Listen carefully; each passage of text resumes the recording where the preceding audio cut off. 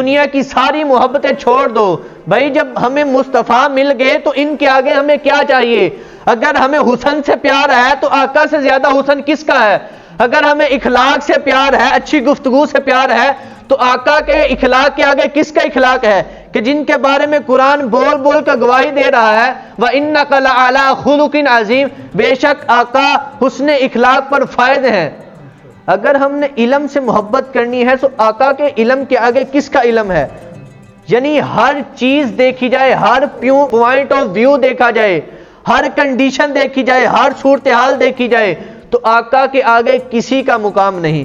بلکہ ایک کتاب میں نے یہ پڑھا ہے کہ کسی نے پوچھنے والے نے پوچھا کہ محمد مصطفیٰ صلی اللہ علیہ وآلہ وسلم کا کیا مقام ہے، کتنا علم ہے، کتنا مقام ہے، یا کتنی شان ہے، کتنا مرتبہ ہے، کتنا مانا جائے؟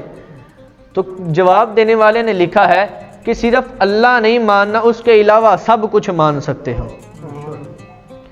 یعنی وحدہ لا شریک، جو عبادت کے لائق ہے فقط اللہ ہے، عبادت کے لائق اللہ کو ماننا ہے۔ اللہ کے نیچے جو بھی تم نام دینا چاہو میرے مصطفیٰ اس نام پر فائز ہیں۔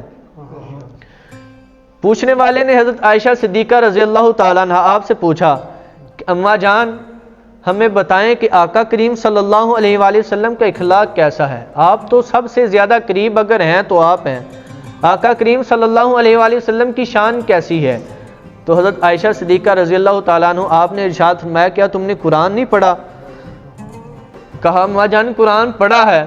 کہا پھر سارے کا سارا قرآن تو میرے آقا کی شان ہے، فقط تمہیں دیکھنے کے لیے امام اشاہ احمد رضا خان فاضل بریلوی کی نظر چاہیے، پھر تمہیں سپارے بھی آقا کی شان نظر آئیں گے، صورتیں بھی آقا کی شان نظر آئیں گی، رکوع میں آقا کی شان نظر آئے گی، آیتیں 6666 ہیں اس میں آقا کی شان نظر آئے گی، ہر زیر زبر پیش پر آقا کی شان نظر آئے گی، لیکن دیکھنے کے لیے اس کے مصطفیٰ دل میں ہونا لازمی ہے۔